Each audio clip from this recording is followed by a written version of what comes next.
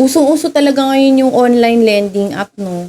Ang daming umaasa ngayon sa online lending app. Tapos yung karamihan diyan, 'pag nakautang na, hindi na nila babayaran. 'Di ba? Wala silang takot, lalo na yung mga talagang walang alam sa mundo, yung tipong akala nila na makakaligtas sila, na magtatago lang sila do'n sa mga inutang nila do'n sa OLA.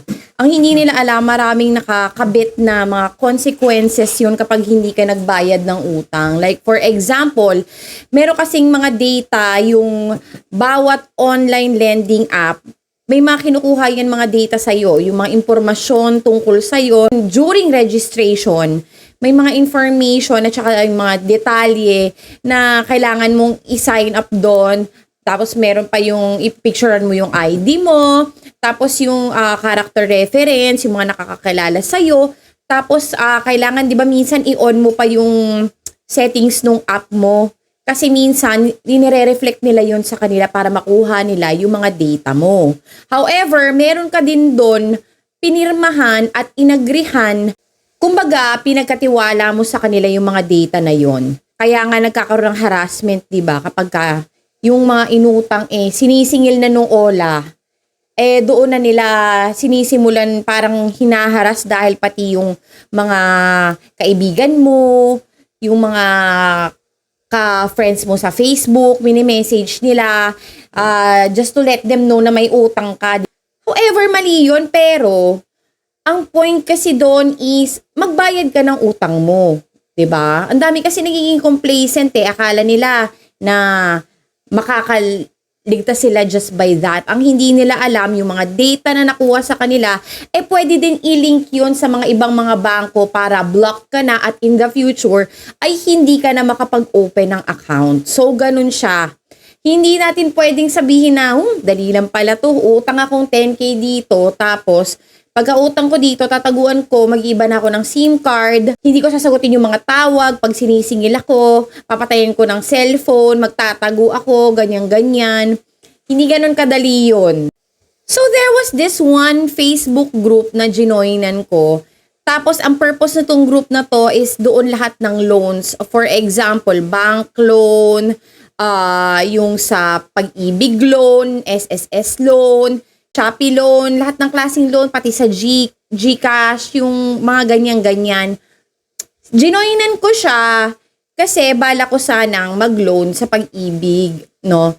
Pero, ang ending nun, ang dami doon, mga nagko-confide, tas ng mga naka-anonymous post pa.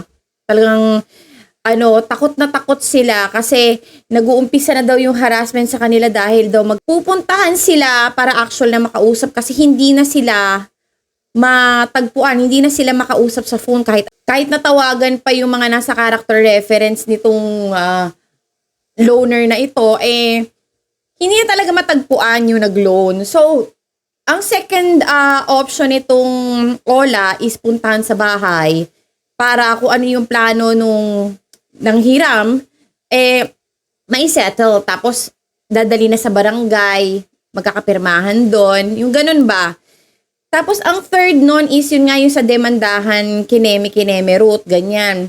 So, takot na takot sila kasi nga yung binigay nilang address dun sa ID, pupuntahan sila dun, no? Natatakot sila na bulabugin dahil nga doon sa utang, dahil ganun yung mangyayari. Kasi nabulabog na nga sila, the fact na minsan nga daw, to the point na minumura na sila, na tipong hindi na sila nakakatulog dahil wala daw tigil yung pagriring ng phone nila sa buong araw. Tapos meron pa doon, sabi niya hindi na ako makatulog kasi kung meron lang talaga akong pera, sana binayaran ko na to ngayon, ganyan-ganyan, na nagipit lang daw talaga siya, ayaw daw talaga niya. Mainam pa yung mga ganong klase ng tao, yung nag-iisip pa rin na babayaran pa rin niya, kaya lang nagkataon na hindi talaga niya mabayaran at the moment na yon dahil sobrang nagkasabay-sabay daw lahat. So, gipit na gipit siya. Tapos secondly, meron naman nito mga taong to na talagang wala na talaga silang balak na bayaran at all.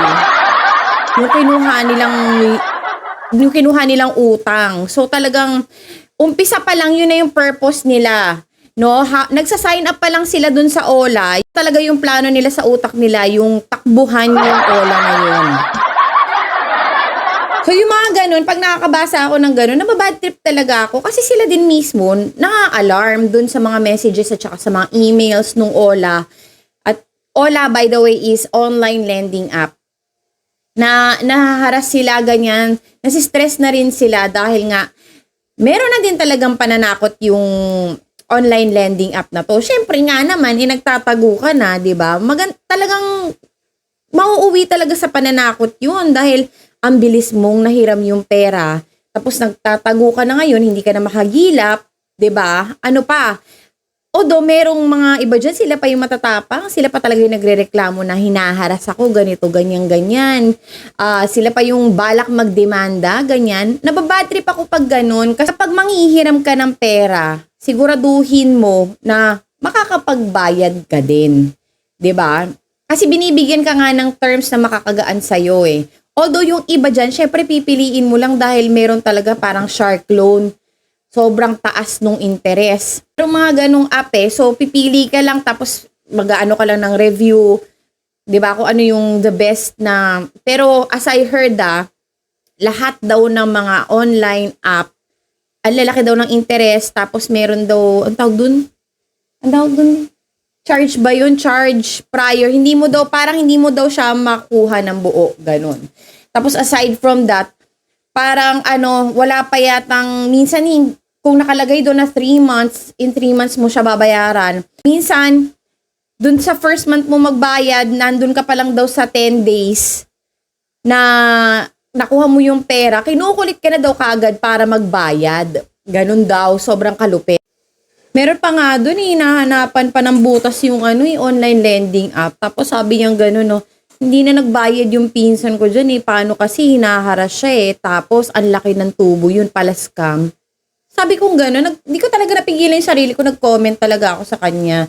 Sabi ko sa kanya gano'n, paano naging scam na malaki yung tubo? Prior na nag-apply ka dun sa loan, nakikita mo na yan kung magkano yung tubo na makukuha nung Ola, 'di ba? It's up to you na lang kung ipupursue mo siya, kung i-go mo siya, 'di ba? Kung gino mo siya, ibig sabihin pumapayag ka dun sa laki nung tubo na makukuha nila, 'di ba? Tapos sasabihin mo dahil dun hindi mo babayaran kasi scam 'yun. Dahil ang laki nung tubo. Tapos daw grabe daw makapangharas, talagang wala daw tigil yung pananakot, ganyan. Kaya daw, nainis na daw yung pinsan niya, hindi na daw nagbayad. Yun pa yung ginawang rason talaga. 'Di ba? So, eto na yung bottom line talaga nitong video na to, no? Kapag mangungutang kayo, be responsible. 'Di ba? Yun lang naman yun. Maging responsable kayo sa hiniram nyo kasi ang dali nyong nakahiram ng pera. Tapos, pahirapan kayong singilin. Panloloko na rin yun, pandarambong na rin yan, 'di ba? Kapatid na rin na magnanakaw yung mga gumagawa niyan. Dahil unang-una, nag-promise kayo, may promissory note yun, 'di ba? I assume meron talaga kasi lahat ng mga loan at lending ganun, 'di ba? Na meron kang pipirmahan, meron kang aagrihan na ganun. So, kung ikaw nangako ka, bayaran mo, tuparin mo para din hindi ka makaranas ng panghaharas at yung peace of mind mo ay manatili pa rin dyan, na buo pa rin. Kasi talaga kung hindi ka magbabayad, consequence mo na rin yan talaga na maharas ka.